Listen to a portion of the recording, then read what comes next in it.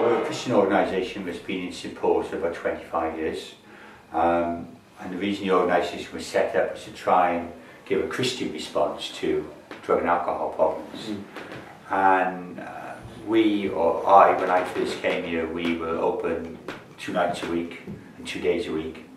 And we wanted to expand on that. And basically, we now open 6 days a week, 5 nights a week. And we open 5 hours a day. During that time, we feed around 300 people. Earning much too much money. I was running my own business.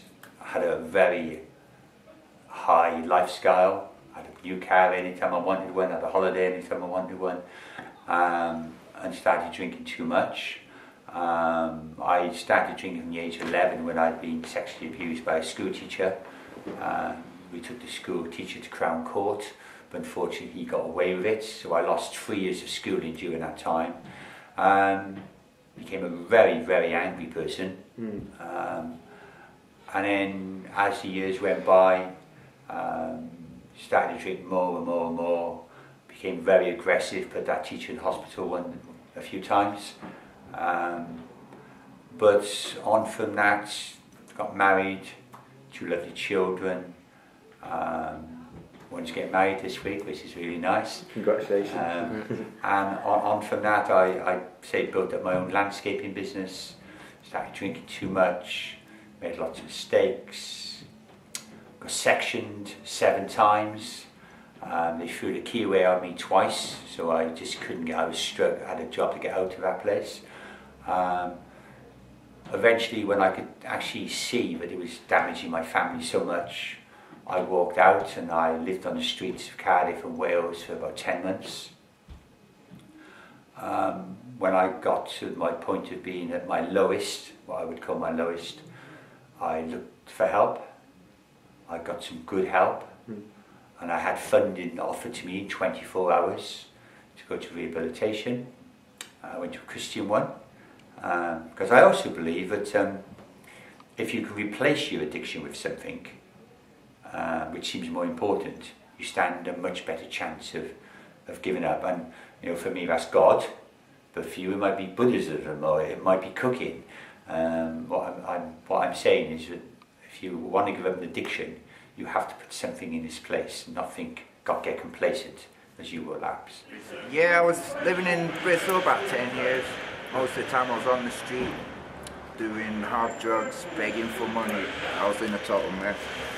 And managed to pick myself up, got a good Bible, healed myself of all drug diseases, just sort of, started mending my life, So was that, thanks to good people like these.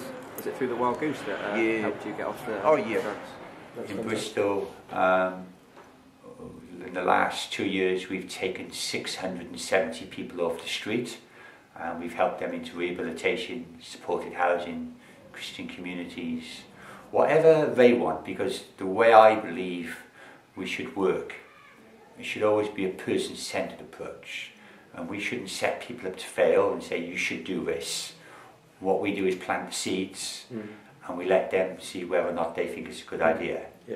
And some choose rehab, some choose dry houses, and if they lapse, they learn from that lapse. A lot of the people fail because other guys aren't coming off, and they're talking to them, and slowly they're tempted again to get, do the same things. They remember the same patterns and go back to the same patterns. Yeah. So what I started doing was I started studying meditation. Yeah. A Buddha book it was, and started learning meditation. And that made my mind peaceful, and started practicing other things to do with meditation, like yoga and that yoga stretching. Every time you get out, that stretch and bend around. That you start getting healthy doing that, and that fills the void, because you're actually getting high off getting healthy, whereas before you were taking drugs not to feel ill, so. Doing a physical thing replaces a whole lot of the void and gives you peace of mind. A week last Monday we went out at 8 o'clock at night, and we finished at 7:30 in the morning. I took a camera crew with me, also somebody else, so there was somebody to verify what we found. Went to the night shelter, and the night shelter was full with 18 people. The majority of them were Eastern Europeans, or people who'd come into this country to live, foreigners, Africans, Somalians. No discrimination against that, but if they were not in that night shelter, there would have been more people, English people, taking up their beds. While I was there, they turned away 3 ladies, so it meant 3 ladies slept on the street that night. But when we done our count, we found 21 people, in total 5 of them being ladies, all genuinely homeless. And we came across lots of other people who had their own homes, but chose to live on the streets. And these people have, many of them been living on the streets for many, many years. Lots of them have had very chaotic lifestyles. And the way the system works at the moment, if you have a flat, the housing benefit is paid to you, which means then you're supposed to pay the rent. Now, most homeless people, most people in chaotic lifestyles, see money in their bank and think, oh, it's money, we'll spend this, let's go buy some drugs, let's go buy some alcohol, let's buy some food. The last thing on their mind is to pay the rent.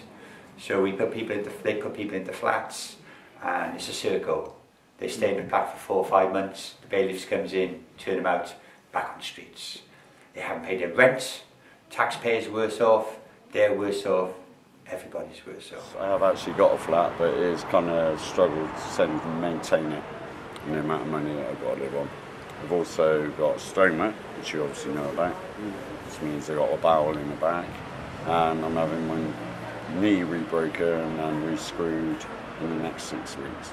So I'm not really looking forward to winter that much, because I live on a second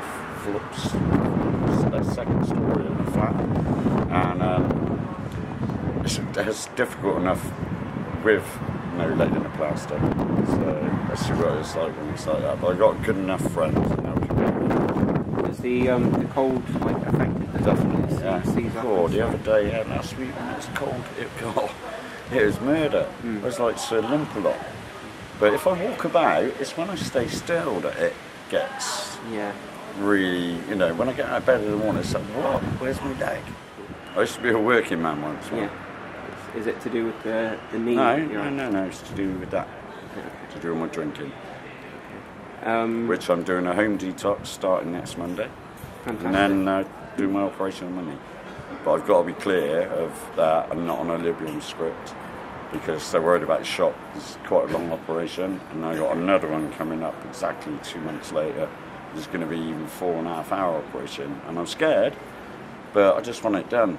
Yeah. I'm walking around like I'm carrying a little baby. I always have to carry spare crap with me and all that to always be able to deal with it. So, and also have to watch out that no one punches me in it, because it's like down here at night time. Yeah.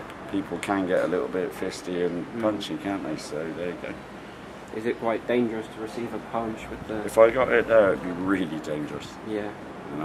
That's why a lot of the time you'll see I'd always have my hand in this pocket. Just keep my hand over. It's not that. It's people on the pavements with push bikes and the handlebars. Guess what height they are? Yeah. Bang on. Yeah. I'll show you if you want. It scares shit out of you.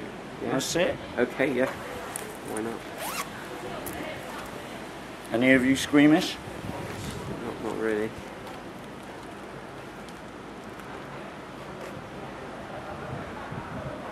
Okay.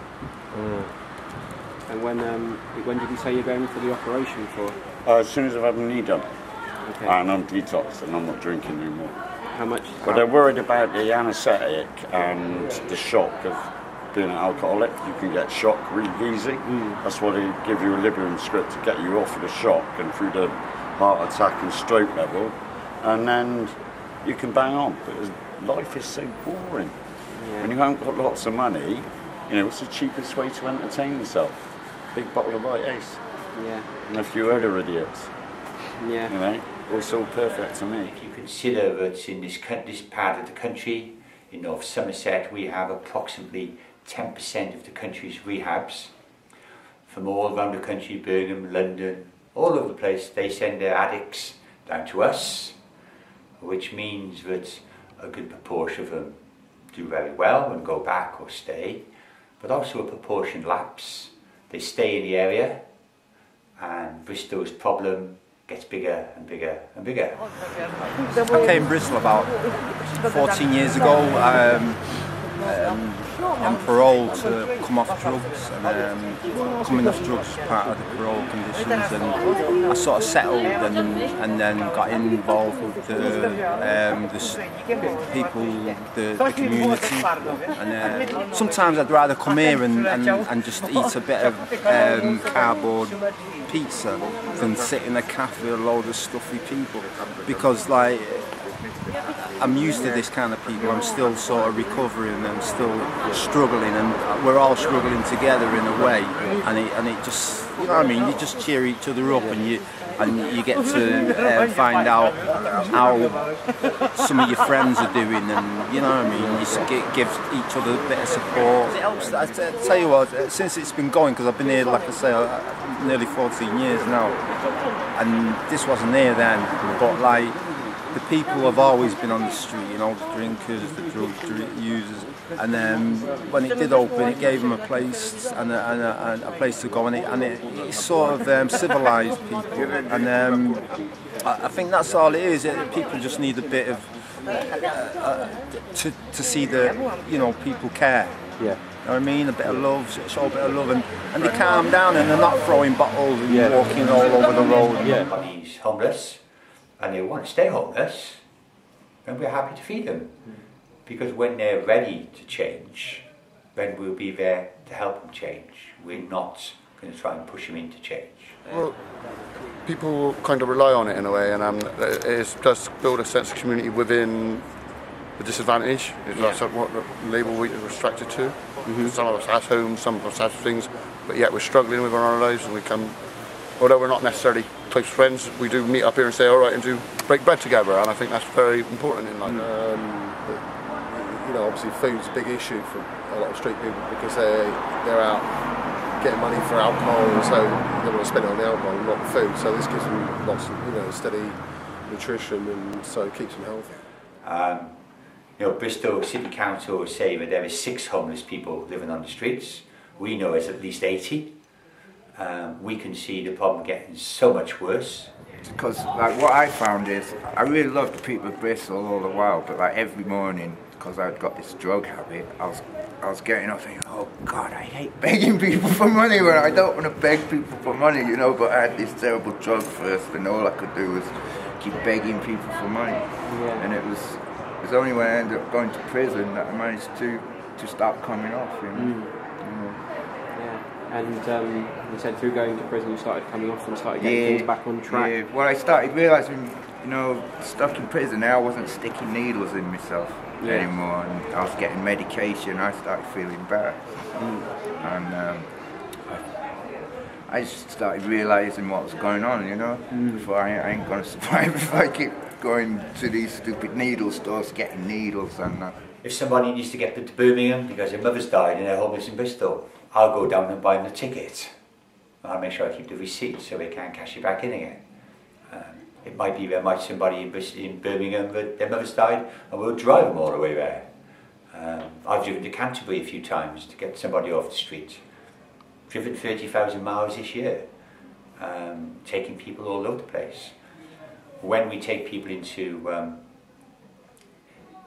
detox or rehab, we always take them wherever they gotta go. So if someone's down in West Wales, I take them to West Wales for their assessment, bring them back again. When they're ready to go, I take them again. And then we visit them every 6 weeks. So wherever they go, we don't just dump them. We want to take an active role in making sure when they take their next step into independent living, wherever that might be, if they want us to, then we're there to try and help with that part of the journey. When you said earlier that you, over the course, is it a day or a week, that you're helping around about 300 people? We get 300 people every day. So when it says sort of in the Bristol City Council kind of figures that there's 6 people homeless in Bristol, but you're then helping 300 people that are technically in that bracket almost. Well, whether they're homeless, completely homeless, or whether they're sort of struggling to keep accommodation. If we were to look at Bristol as a whole, There's probably around 20,000 people in emergency accommodation or temporary accommodation. So that takes into consideration like hostels, bail hostels, night shelters, women's sex shelters, so all different types of organisations which you're only allowed to stay in, most of them, for up to 2 years. And they try and move you on into independent living. Now we've got thousands of people in squats. Are they homeless? You know, really they are. I left home when I was 16 and started touring festivals, playing my guitar. And I bumped into quite a lot of weirdos.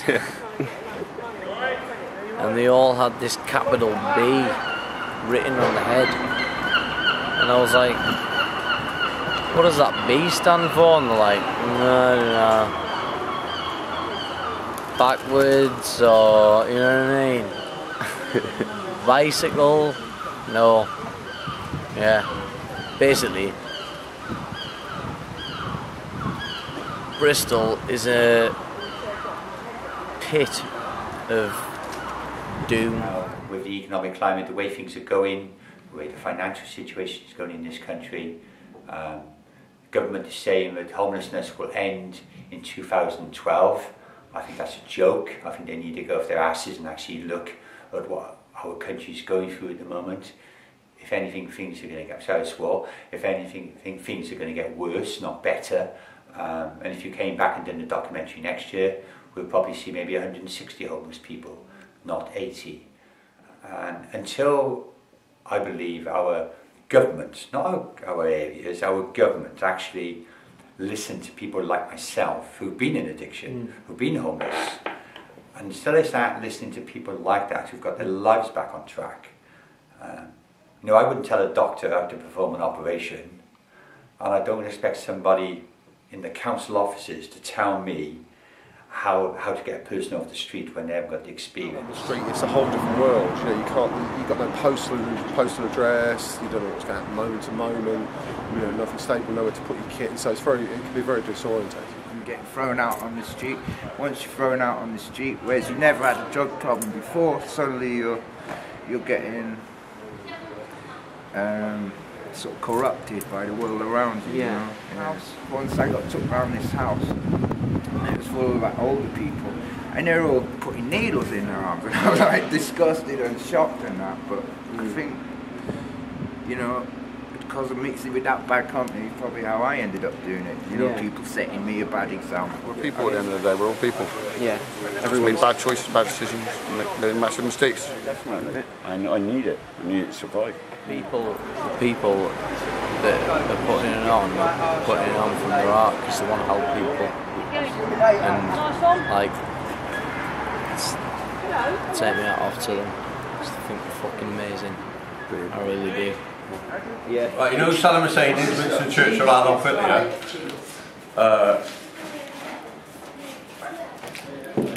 Yeah, Saddam Hussein thinks he's going to die, so he goes up to the gates of bed and says, "Can I come in?" I said, "Have you got a ticket?" He said, "No." He said, "We need a ticket to get into here." So he goes back down to her, says Adolf Hitler, so "Have you got a ticket to get into the gates of heaven?" He said, "No."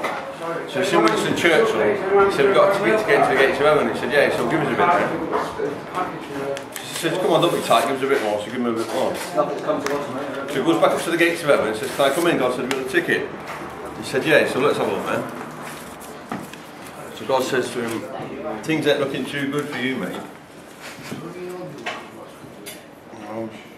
He said, "Because..." Right. Yes, please. He said, "Because that's where you're going. So go away." So he told him to go away. So he went away, yeah? Adolf Hitler thinks he's going to die. So he goes up to the gates of heaven and says, "Can I come in?" God said, "Have you got a ticket?" He said, "No." He said, "We need a ticket to get in here." So he goes up. So he says, Winston Churchill. He said, "You got a ticket to get into the gates of heaven?" He said, "Yeah." He said, "Well, give us a bit then." So he goes back up to the gates of heaven and said, "Can I come in?" God said, "You got a ticket?" He said, "Yeah." He said, "Let's have a look then." So God says to him as well, he said, "Things ain't looking too good for you, mate, neither." He said, "Because I've heard about you. You know that Nazi dude, you ain't coming in here." So he told him to go away and all. So Winston Churchill thinks he's going to die, so he goes up to the gates of heaven and says, "Can I come in?" God said, "You got a ticket?" He said, "Yeah." He said, "Let's have a look then."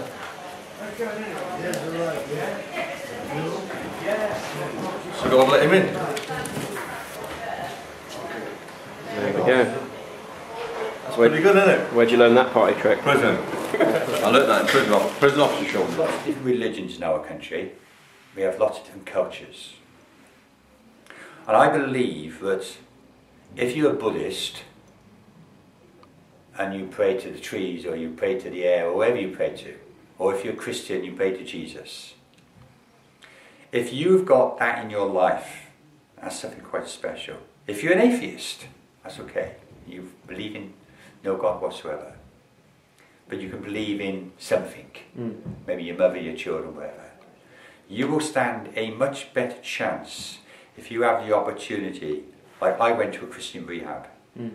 I know 11 other people went to a Christian rehab at the same time as me. And 10 of us, 10 years later, are still clean and sober. We're all working, except for one who's got some mental health issues, but he hasn't used drugs. Or habitual behaviour, and they can't even see that they're damaging themselves, you know? So it's terrible. I couldn't see. All I wanted is to ain't feel so bad, you know? Because without the drugs, you just feel very ill once you're addicted to it. And you're living a lie because you don't want to admit to people, actually I'm too weak without drugs and all that, you know? It's just don't, you know, it's difficult. It's difficult, and a lot of people, young people, have been getting stuck in such traps, you know. And a lot of people don't even notice that's happening to them, you know, until it's too late. Yeah. So, and then once people, they say, oh, it's too late now, you're a drug addict, reject them, and that makes it worse because they find it even harder to come back to the human world. I spent 10 years begging on the street, hoping that people wouldn't notice that I was on drugs, you know, but all the time didn't want to be begging. It was only because I felt so ill if I didn't, you know. Yeah. So it took years just to ain't have that first. Like instead of having a first for natural drinking water or food, it's like you think not food. I need to buy drugs because otherwise I'm feeling really dead. There's 3 of us in here now. We're all going to have different hobbies. We're all going to have different tastes. We're all going to like different foods. Now, I can think of, you know, you're quite young. You might like outward bound stuff. Yeah. Now, I can think of a fantastic rehabilitation where it's all outward bound. I can think a fantastic rehabilitation where they do 12-step, where they follow AA and NA, which might suit you. Wouldn't suit me, because it's a God of their understanding. I believe in Jesus, so I go to a Christian rehab. If you were allowed to do what you felt was right for you, the same for you, the same for me, I think the success rate would be so much higher. Now, I've put loads of people into Gloucester House in Swindon, just up the road. I've got people who's been clean and sober now 7 years, doing absolutely fantastic. I've got people who's been clean and sober a year, going fantastic. In fact, out of about the dozen people I put in there, only one has lapsed. So, again, it's about the individual, person-centered approach. Like that Beatles song, all you need is love, you know? Yeah. It's like, it's true, really. If you know, you got people like this who love you and they're spending their time, they're making their lives out of helping make less misery for people like you. It suddenly makes you realize, cool, yeah, maybe I did got a chance. I was born a cripple. Okay. Was that a genetic thing, or did that you were born crippled? Well, God, you know, God said, you know, wired. Do you said you think God did that? Yeah, but I read stuff, you know, like the Bible and things like that. Are you a religious person? Not really, but I can hear him talking. You can hear him talking. What is it? What is it that he says, God, when he talks to you? Then he says, "Hang in there." Hang in there. That's good advice.